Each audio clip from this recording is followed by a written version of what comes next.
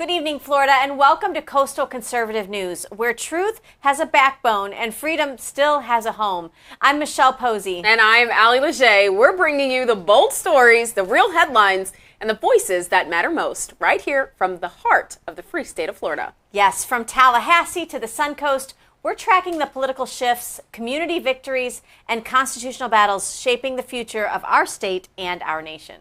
So buckle up. It's time to get informed, get fired up, and get involved. This is CCN Coastal Conservative News. Yes, now let's kick things off with our Week in Review.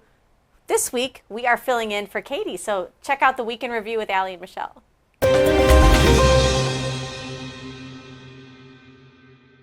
Hi guys, welcome to the Week in Review right here on Coastal Conservative News. We are filling in for Katie this week because we have an exclusive story we want to bring here. We're actually one of the first visually that are really reporting on this in a news cycle.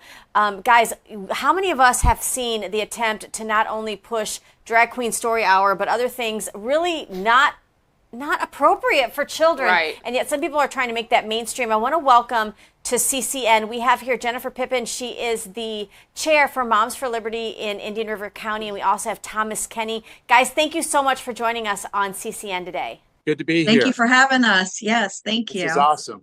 Yes, I want to make sure that we give you guys a voice to be able to report on what you know about apparently the Attorney General Meyer now launching an investigation into this sexualized performance that was done. It was advertised to children, to the, I think she's the Vice Mayor, Linda Moore, is that correct? Of Vero Beach, yes, the Vice Mayor of Vero Beach. So what do you know Tell about us this?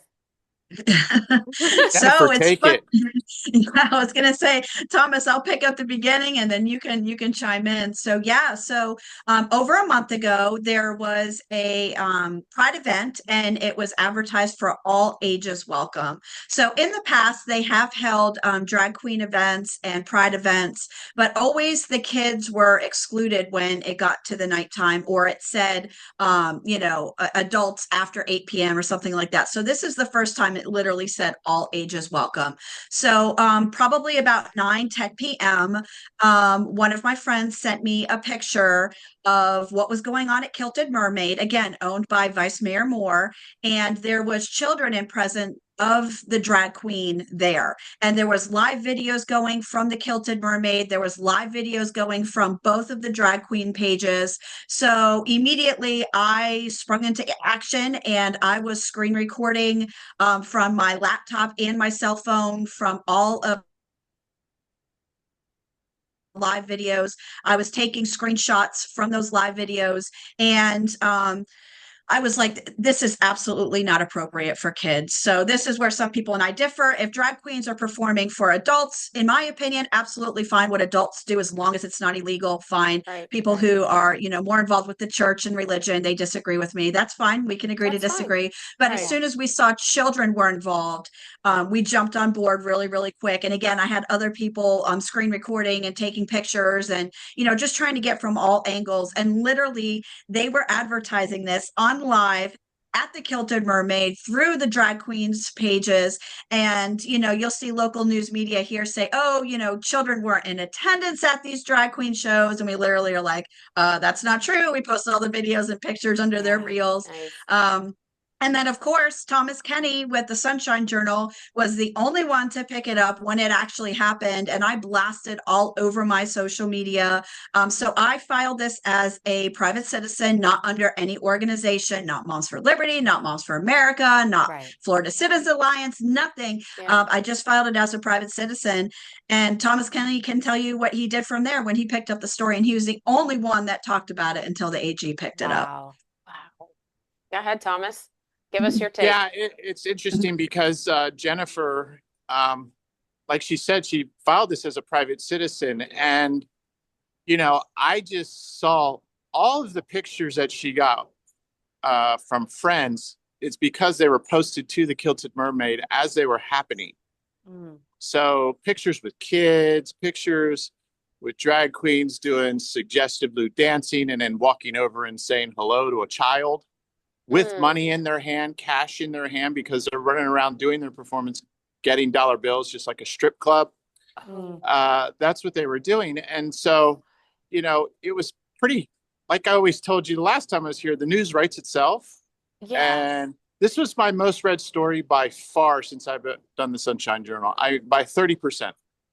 Oh my And it goodness. shows you the outrage in the community because you have an elected official who's probably violating codes in her own city to do this.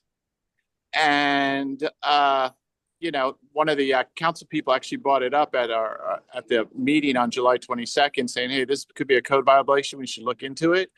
And here you have this woman just flouting the law for the sake of all-age performance drag shows. Now, one of the things they said was that we had the all ages show, and then we kicked all the kids out and had lewd performances later, where she said, "Whatever happens is what happens."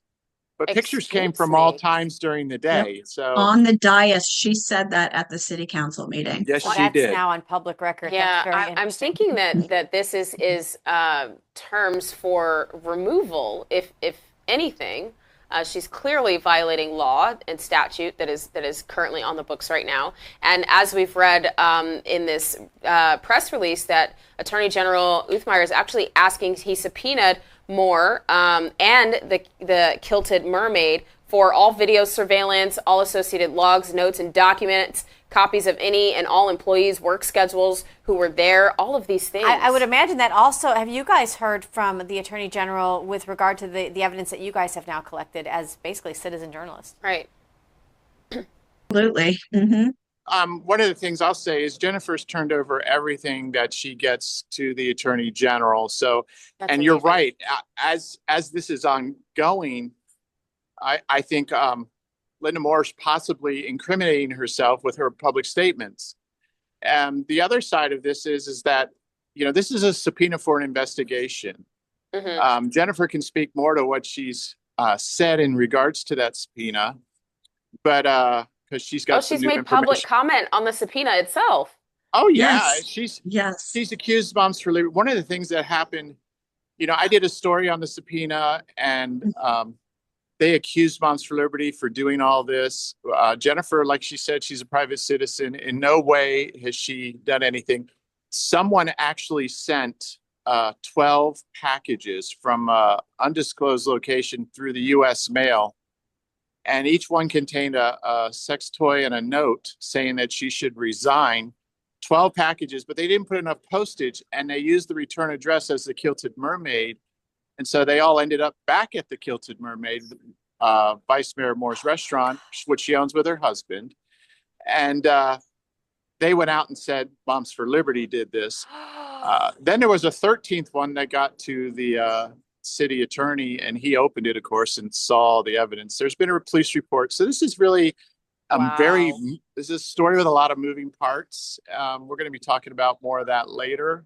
Lots of in our oddities. follow-up. But at the Sunshine Journal, you can see all sorts of, we've done the main story plus 2 follow-ups. It was interesting because the morning of that city council meeting on July 22nd at 9:30 a.m. was exactly when the Attorney General released that he had subpoenaed Vice Mayor Moore. And if you go back and you watch that city council meeting, you would, just based on her disposition, you never known that would have happened. We were looking at each other like, does she even know? Because she was very carefree, I guess, confident, or what have you in her belief system. But she was subpoenaed on July 8th, and I'm like, the AG is not going to release this without telling her first. Right. Yeah.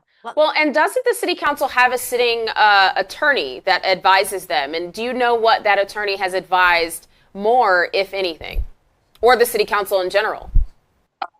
I haven't yet. That's something I want to look into. But I would say this: to remove her locally is very difficult lift. To get a recall, you have to get, I think it's 20% of the last voting electorate. Well, we had a Trump election here. Over 14,000 people vote. So you're going to get nearly 3,000 signatures just to even consider removing her off the ballot. And then, the easier way, if she gets indicted, the governor can come in and remove her temporarily. If she's convicted, it's permanent. Right. So that brings me to my next question. A couple things. First thing I want to do is ask you in I guess in reference to this, what we can do as our viewership here at Coastal Conservative News, what would be the ask or the call to action for our viewers? How can we help you guys, not only with what you do, but with furthering getting this story out into the public?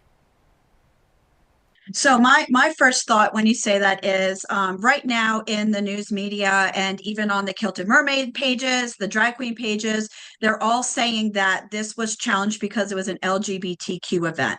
That's absolutely false. And the reason for me filing the complaint and the reason why the governor's office and the AG office is investigating this is because minor children were present at a live adult performance, and it was from toddlers to teens. There's literally a little toddler that is being held by their mom.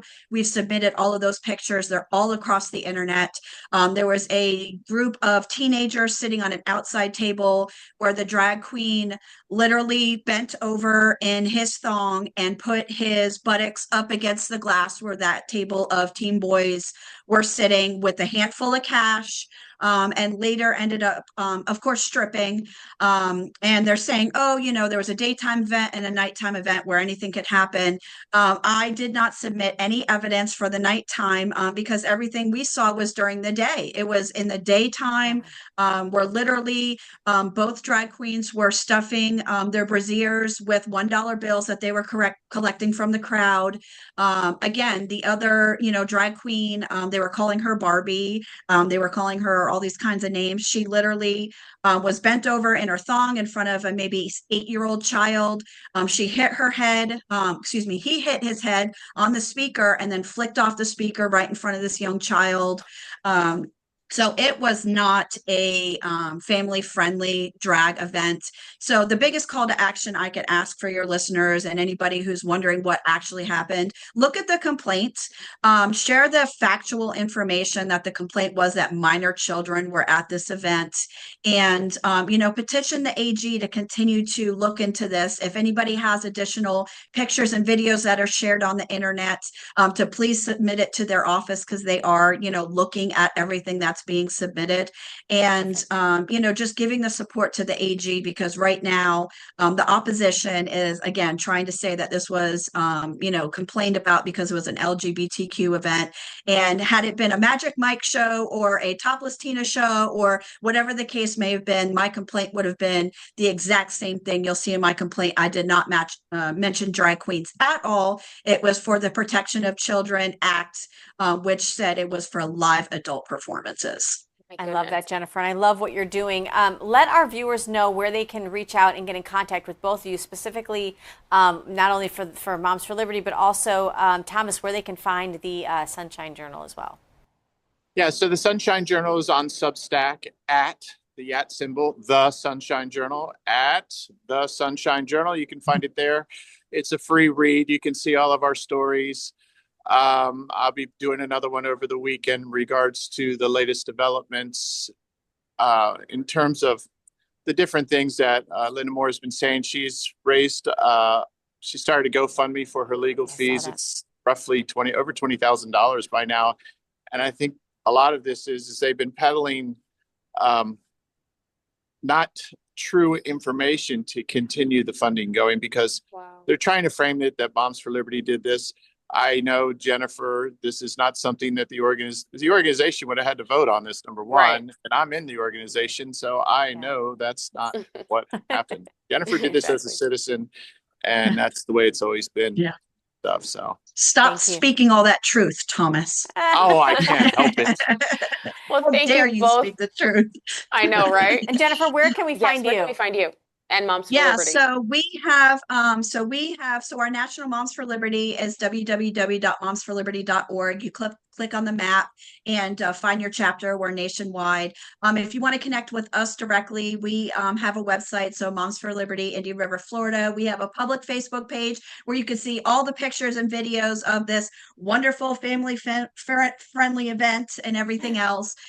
Or you can, ask to join our page as well through momsforliberty.org and just click on Indian River if you're here locally. But yeah, any parents, grandparents, community members that want to, join this fight and for parental rights, or if this drag queen show with minor children present really upsets you, we would love to have you, hop on board. And again, if we could support our AG in doing this investigation, for us, that's the biggest thing, because he is getting a lot of pushback. And like what Thomas said with her GoFundMe now, it does not mention minor children at all in the GoFundMe. It says that she's protecting the LGBTQ community. She is the voice and a safe space for the LGBTQ community. And that's not what this complaint was at all about. Thank you so much for airing this. I know you guys have been way ahead of this story. We're surprised. We've been waiting in local news organizations here in Florida for somebody to jump on it, and nobody has. So we're glad that we could partner up again. If there's anything we can do for you guys to shed air and light on this topic, we'll be glad to help you. Thanks for joining CCN.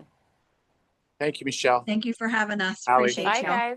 Bye. Michelle, this is crazy. I would think that if anybody were ever to see something like this in like a friend's home or it's in an First of all, what you house, doing in your home? Like, right, well, I know, no, but this you know is what I'm saying. saying. Yes, like absolutely. CPS would be involved. I don't Absolutely. understand why this is not something. Why are we crying about Epstein and the Epstein files? That we have part. real life Epstein-esque kind of grotesque stuff happening right here in Florida, guys. You better grooming. get That is get terrible. unhinged about this. Oh Yeah. my gosh. Yeah. So make sure you call AG's office, Yes. James Uthmeyer, and encourage him. Give him some encouragement. Tell him that you're thankful that he is cracking down on groomers and, just situations like this, because this is unconscionable. We cannot have this for our children. And I would even say, guys, and some may not agree with me, but this is what I would do. I would go to, the Kilted Mermaid, different websites. If I see something being said there that's not true, making accusations against Moms for Liberty or against, this is LGBTQ driven, I would politely just say, have you read this? And put the link to the Attorney General's, or just a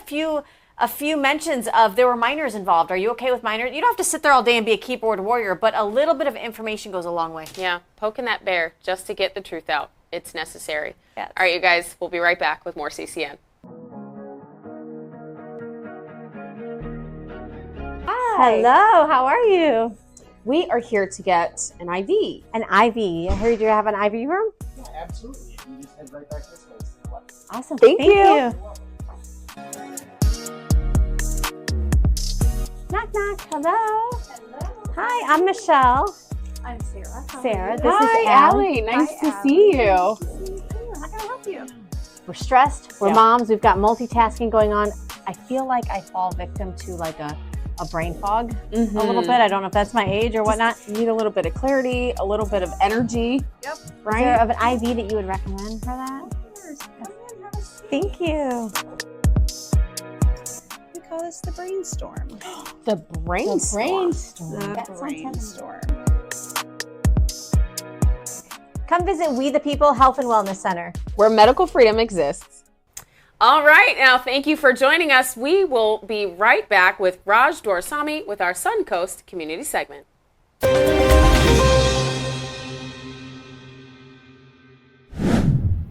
Welcome to CCN. This is Raj Doraisamy. I'm very happy to have as my special guest on today's segment, John Susce. John is one of our local news sources.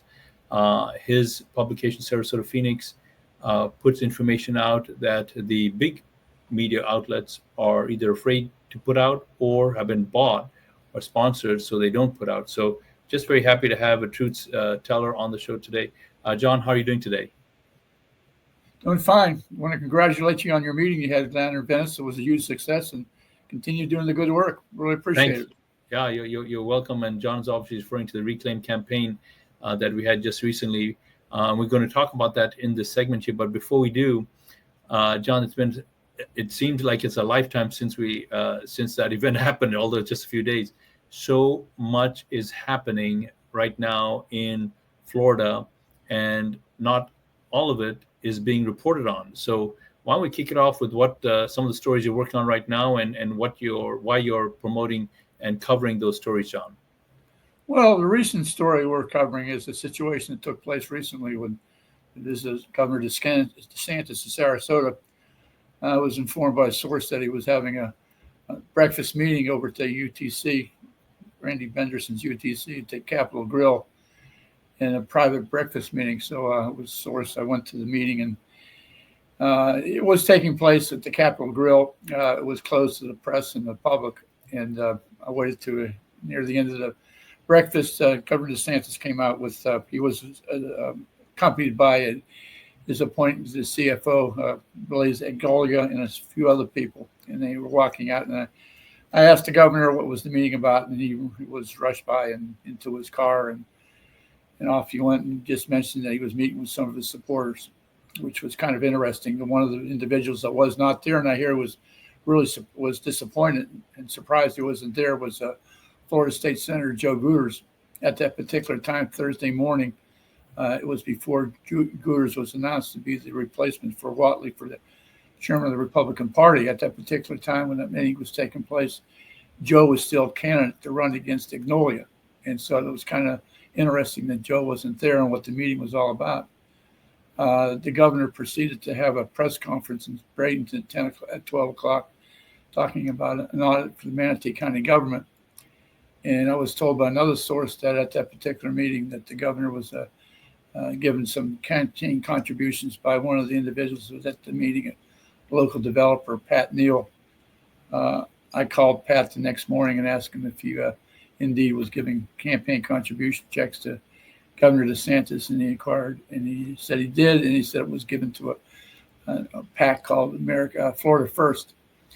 And so I checked out the Florida First, and it's a PAC that's just established, I imagine, and by Eric Robinson. So I don't know what the PAC was all about, but it seemed to me that what was taking place was that there might have been an organization taking place for DeSantis' appointee for the U.S. CFO, Ignolia, which thank God that race is not going to take place, because that would have been a problem for the voters in this area, because it would have pitted Governor Governor DeSantis' appointee, Gooders, going against President Trump's appointing. So that race will not take place, because Gooders late Thursday afternoon was given the recommendation by the president to be the replacement for Whatley. So that's basically what the latest things we've been involved with. There's a lot going on.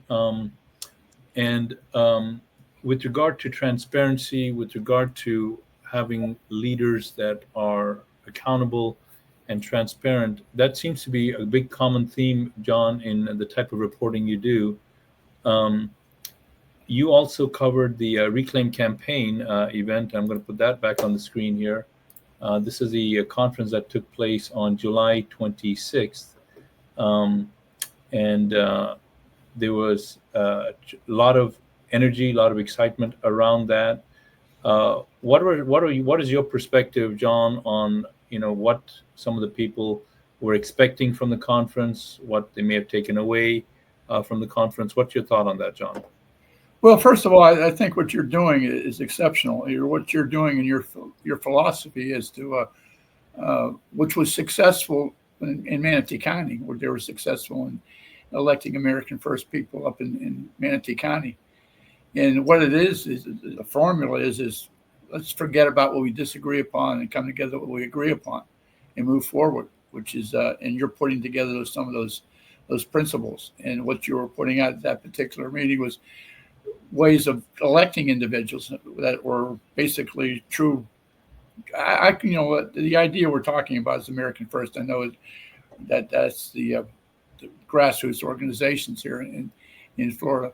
And so what I think what the meeting was all about was giving people the opportunity to know how to pick candidates, how to raise money and move forward to elect the kind of individuals that we see that will take the American First people and the rest of the state into the right direction. Already, there's people that are in other locations that are wanting to do their own version of Reclaim. There's one likely to happen in Sarasota, another one in Palm Beach, and there's another town hall meeting actually taking place tomorrow in Volusia County. So yes, there's definitely a hunger there for people, and like you said, John, the more we are able to come together at the county level, the more likely it is that we can actually have our voices heard. I'm going to play a short recap video here for the folks.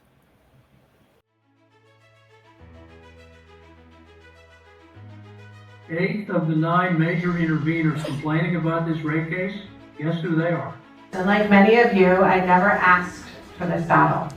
If you're waiting for someone to rescue you, you have to look in the mirror. It's great to see so many people taking time out of their busy Saturday to try to save this state and by extension the country. Power corrupts, and absolute power corrupts absolute. And say, I want to be that public servant. Who has the right to say that you're not and you can't? Representative Bernie Jacques to the stage. And are you committed to reclaiming our elections? When we work together, we win. That's the mantra. That you, my friends, have completed the training to reclaim, retake, and restore our republic. So on your way out. I want to take a moment to thank each and every one of you, our incredible volunteers. Because of your hard work and thousands of selfless hours, making calls, distributing flyers, registering attendees, traveling across the state, encouraging others, training, printing, managing the details like name badges, finding locations, coordinating with venues, hosting town hall meetings, driving, sharing, inviting, baking, wrapping, transporting, collating. The Reclaim campaign is now a flashpoint, a spark that's igniting action. You have helped turn passive listeners into active doers. You have inspired active doers to become brilliant leaders. And that's what matters. Because Jesus said we must start locally to expand regionally and nationally, especially when we're spreading something good, life-giving, and true.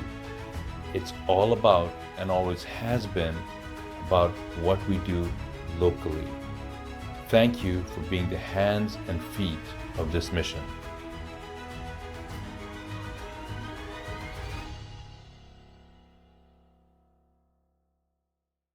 So that was pretty incredible, John. Lot of people excited. Let's go back to the Sarasota Phoenix, because that's why we wanted to have you on. As a independent news agency, what is that like? Because you certainly don't have the backing of the big dollars or the establishment, et cetera, et cetera. What are some of the things that drive you, and why are some of the reasons that you continue to do what you're doing in the face of tremendous opposition, John? Well, I've been involved in politics for a number of years. I grew up in Florida, basically. I can consider myself a native of Florida. I came here when I was a youngster, 6 years old, from Pittsburgh with my mother and father and my 5 brothers and sisters, and had a unique type of experience. My dad was in professional baseball, and all of my years I grew up until I had high school, and he was with different teams, but wherever I went in the summer, where he was, and came back to Sarasota. So I know I feel very responsible for Florida and feel very connected to it. But after school, I went to college and things of that sort, ended up in Boston and got involved in politics, and was very closely involved in politics in Massachusetts, worked with the Republican Party and worked in gubernatorial campaigns and Senate campaigns, and worked in the House of Representatives in Massachusetts. So I had a background, and came back to Sarasota and got involved locally with politics, and found out that what take place in Sarasota, Manatee County was troublesome to me, and I got involved with it, and it was with the support of some individuals, was able to put together a newspaper and also my Sarasota Phoenix, and got involved with it, and seeing what's happening in Florida and Sarasota. It's Manatee County. It's some problems taking place, and anyways, it's been a struggle at times, but I've been able to put out the news and things of that sort, and go forward with it. And it's been successful, very successful. I got over 20,000 people. I have subscribers, and the last article I put out was I had over 80% response to it. So it's been a great opportunity for me to put the word out. God has given me that opportunity to put the word out there and try to make things happen, especially on the local level. This is an example of what you, my friends, can do as an individuals listening to John, and his courage and his fortitude and his willingness to keep at it, even when things get tough. This is how we have the republic that we want to have, with individuals taking actions like they do. John, if someone hasn't heard of the Sarasota Phoenix and they'd like to get on your mailing list, they'd like to be part of your community, how do they do that? Just get in touch with Sarasota Phoenix or media. It's on the line, and it's just get Sarasota Phoenix Media and get on, and you go out and put your name down. We'll get information to you. And the website, again, my friends, is sarasotaphoenix.com, sarasotaphoenix.com. You can see it right here, sarasotaphoenix.com. Please check it out. John, thanks for talking with us. Thanks for the work you're doing. And please continue the effort that you're engaged in. Can I say one thing in closing, yes, please? Of course, please. I think what's occurring here, and I think it's a concern, is that what's happening with the parties here in Florida. There's a real problem taking place between the establishment and American First people. And the things that are happening, especially what happened in Manatee County and other parts of the state, is that I think American First people are being taken advantage of. And what's taking place now today, there's a strong movement taking place now. If the Republican Party out of Tallahassee doesn't take consideration of the American First people, there's a new party has been established. It's the American First Party, and it's taking place. It's on the records now. It's being throughout the state. And if they get RPFO and under Evan Powers and the rest of the establishment, lobbyists up in Tallahassee don't take heed, this American First Party, it could be the answer to it. We have individuals that are put together, like Trent Wyman in Manatee County, and John Agola in Orlando, and Chuck Kelly up in Tampa put it together. And there is something there being put together. And if the RPFO doesn't get their act together, that's an alternative for it, because it's something that's taken place. And what's happened up in Manatee County was a disgrace. I never seen something that happened up there. I was involved in politics in Massachusetts for years, and what they did in Manatee County was a disgrace when they took Trent Wayman out and Miss High's positions up there. Again, what's taking place in Florida is not being reported as much as it should, because there is this major split within the party in here. Anyways, thanks for having me on the show. Appreciate it. Hope we talk to you again. Yeah, and well said, John. It is unfortunate that the current atmosphere in Florida is the one that you just described. Hundreds of people being removed from the Republican Party of Florida. I'm sure there were reasons for that at the time, but now it's August of 2025. We're going into an important year, 2026, with the midterms. We have a president that is doing phenomenal at the White House. Now more than ever, his principles of return to common sense for the Republican for the Republican Party that he mentioned, his principles of collaboration that he mentioned, we need that more than ever. And for whatever reasons in the past were given to remove all of these folks and the things that in Manatee County, the state needs a powerful vision. The state of Florida needs a clear direction that'll bring Republicans together. And I really hope that the people running the party are attentive to what you just mentioned. The response to the America First Party has been phenomenal. People all over the state are registering to it. So I hope that the folks, just like you said, are watching that and will do what they can to bring a vision and a plan that brings people together instead of excommunicating people. That's just such. We can do better. We deserve better. We can have better, and we should have better. So, John, thank you. Yeah, excuse me for interrupting. One of the disturbing things I hear, I get a lot of sources and call me and talk about the problems happening with out of Tallahassee. And what is scary about it is that they say, please don't mention my name because it might be taken out of the party, which I find very disturbing. People are afraid of speaking out.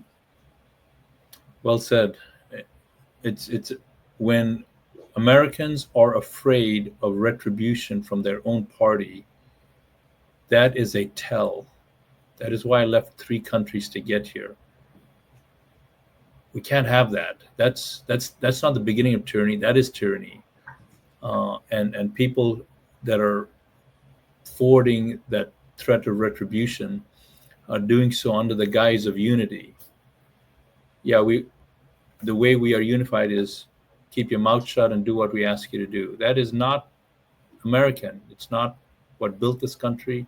It's not what's going to take our country in the next generations. America was built based on the voice of dissent. That's why we have women voting. That's why we don't have child labor. That's why we have all races with equal voting privileges. How did all that happen? It happened through the voice of dissent. And that is expressly why we have an amendment. The first amendment to the Constitution was to that. So this idea of we want unity, so shut up and listen to what we are telling you to say, that is not American. That's communist, that's China, that's Venezuelan. So John, very important, sobering point that you brought up for us to close this on. And we definitely want to have you again. Thank you for the work you're doing. Look forward to seeing you again soon on another interview. Thanks, John. Thanks. Keep on doing the great work. Appreciate it. Take care. Have a great day. Thank you, John. Back to you, Ali and Michelle. Thank you for that reporting, Raj. Next up, guys, we have our political pulse segment right here on CCN.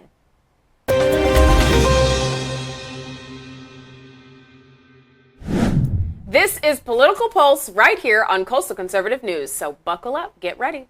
I'm Ali Majay, bringing you the real stories shaping the free state of Florida. Yes, and I'm Michelle Posey. Tonight, guys, teachers' pay, child predators, political corruption, and lawless sanctuary cities. Wow, this is a packed segment. If you think things are quiet in Florida, guys, think again. We begin in Tampa, where Governor Ron DeSantis put Florida's teachers in the spotlight and the unions on notice. Yes, Governor Ron DeSantis held an education roundtable this week, reminding Floridians that his administration has invested over $5 billion into teacher pay increases, but unions are blocking those raises from reaching the classroom. Ali. Go figure.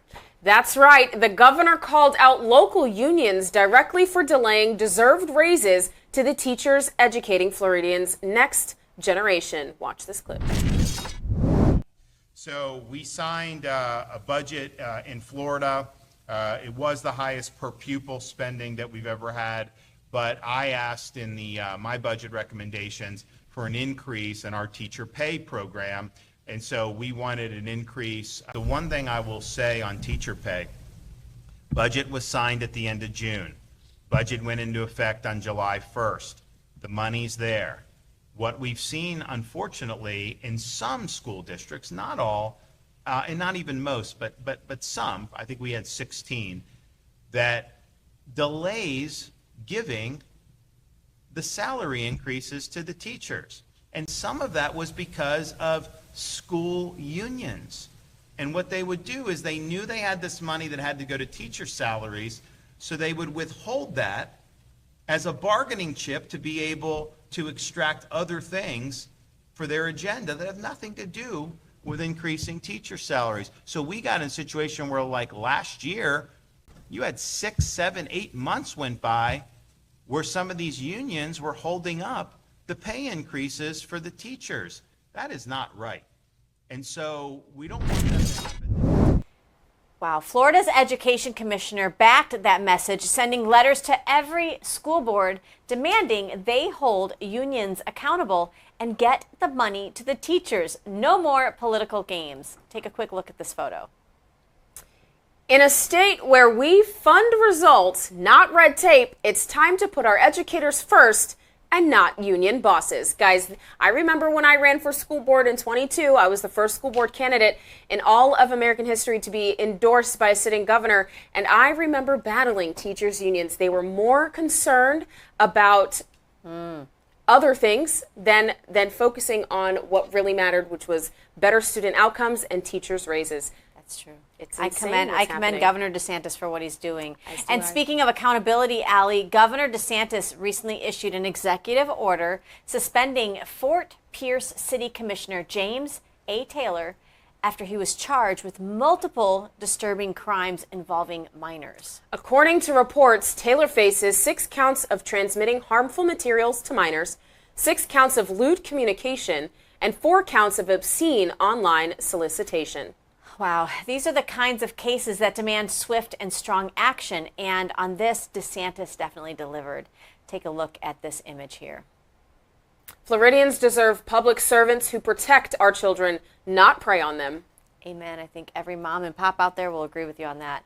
And while we're talking about protecting Floridians and Florida's children, Attorney General James Meyer, in partnership with the Marion County Sheriff's Office, has announced a record-breaking undercover child predator operation. Wait, Allie, some sheriffs throughout our state say that it's not a thing. It's not happening. It sure is. Yeah, nearly 50 arrests were made of individuals who used gaming platforms and messaging apps like Snapchat to lure children.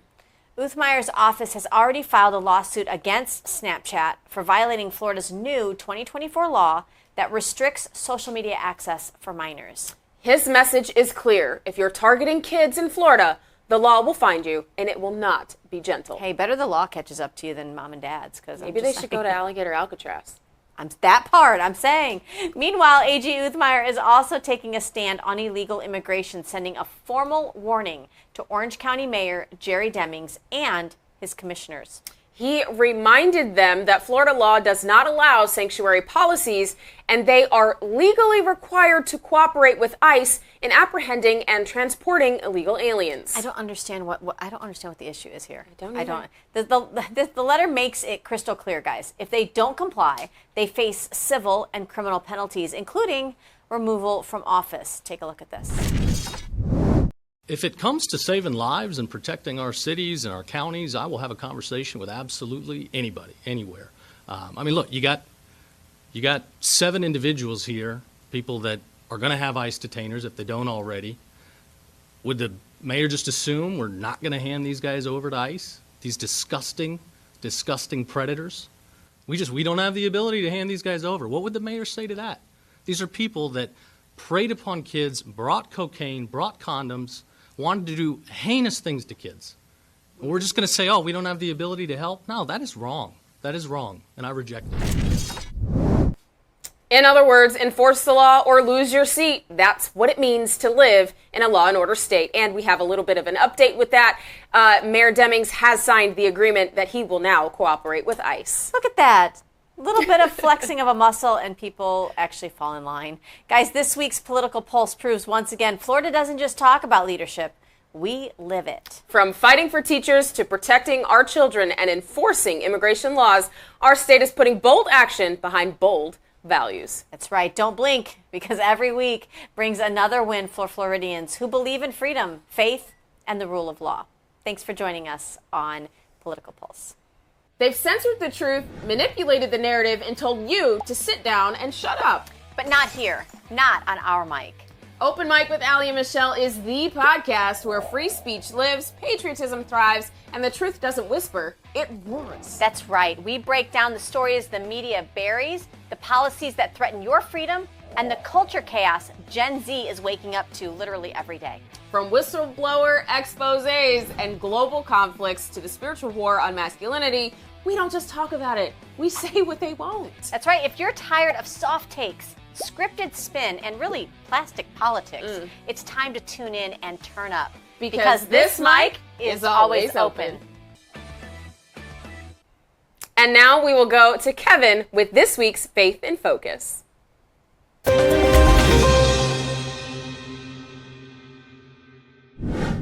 Hello and welcome to Faith in Focus.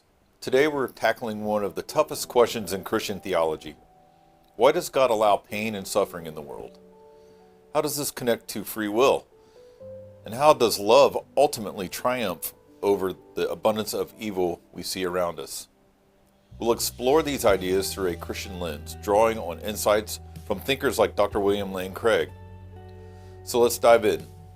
If you've ever looked at the world wars, natural disasters, personal tragedies, it's easy to ask, why, God? Why is there so much pain? This is what theologians call the problem of evil, and it's a question that has challenged believers and skeptics alike for centuries. The Bible does not shy away from this either. In Romans 8:22, Paul writes, "We know that the whole creation has been groaning as in the pains of childbirth." Suffering is real and it is pervasive. But as Christians, we believe there is a purpose behind it, tied to the gift of free will and God's greater plan. Let's start with free will. Christian apologist Dr. William Lane Craig, a leading voice in contemporary theology, argues that free will is central to understanding why God allows suffering. In his book, Hard Questions, Real Answers, Craig explains that God created humans with the ability to make free choices because genuine love and moral goodness require freedom. Think about it. If God programmed us to love him like robots, that love wouldn't be real. It would be coerced. For love to be authentic, we have to have the ability to choose it or reject it. But here's the catch. Free will means we can also choose evil. Craig points out that much of the suffering in the world, what theologians call moral evil, stems from human choices. War, injustice, cruelty. These are the results of people misusing their freedom. God could have created a world where we're all puppets, unable to choose wrong, but that would strip us of the ability to love, to grow, or to be truly human. As Craig puts it, God's aim is not to provide a comfortable zoo for humans, but a world in which we can become moral beings capable of reflecting his character. That's pretty profound. Now you might be thinking, okay, I get it, moral evil, humans cause that. But what about natural disasters, disease? Why does God allow those? This is what we call natural evil, and it's a tougher question. Craig suggests that natural evil might serve a purpose we don't fully understand. In his debates, he often notes that suffering can draw people closer to God. Think of C.S. Lewis, who famously said, "Pain is God's megaphone to rouse a deaf world." When life is comfortable, we often ignore our need for God. But in suffering, we are confronted with our fragility, our need for meaning, and our dependence on something greater. The Bible supports this. In 2 Corinthians 12:7, Paul talks about a thorn in his flesh, a source of suffering he begged God to remove. What was God's response? "My grace is sufficient for you, for my power is made perfect in weakness." Suffering in God's economy isn't meaningless. It can refine us, teach us, and point us toward him. But let's address the elephant in the room. The sheer abundance of evil in the world can feel very overwhelming.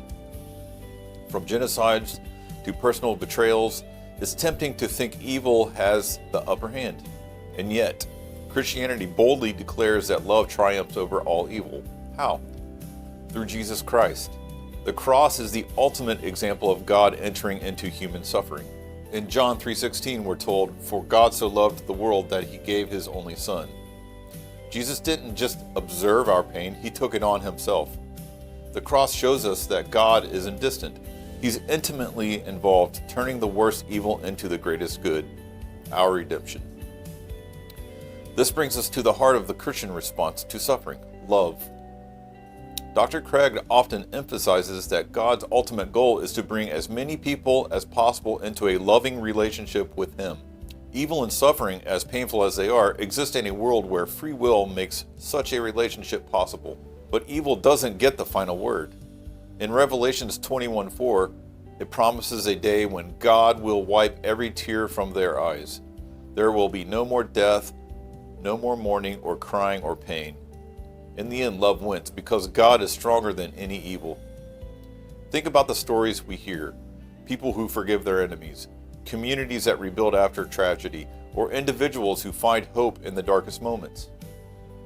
These are glimpses of love triumphing over evil, reflecting God's ultimate victory.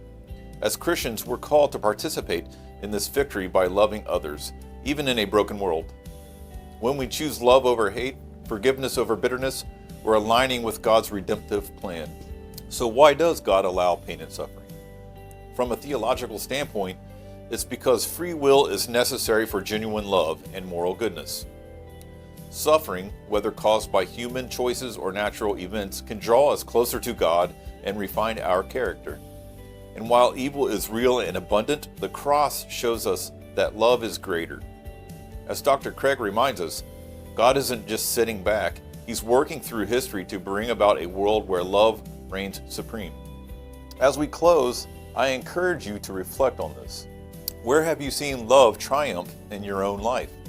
How can you be a part of God's redemptive work in a hurting world? Let's hold fast to the hope of Romans 8:28, that in all things God works for the good of those who love Him. Until next time, keep your faith in focus and keep seeking the God who loves us through every trial. Thank you and God bless. Thank you, Kevin, for keeping our faith front and center as always on CCN. And for Coastal Conservative News, I'm Allie Leger.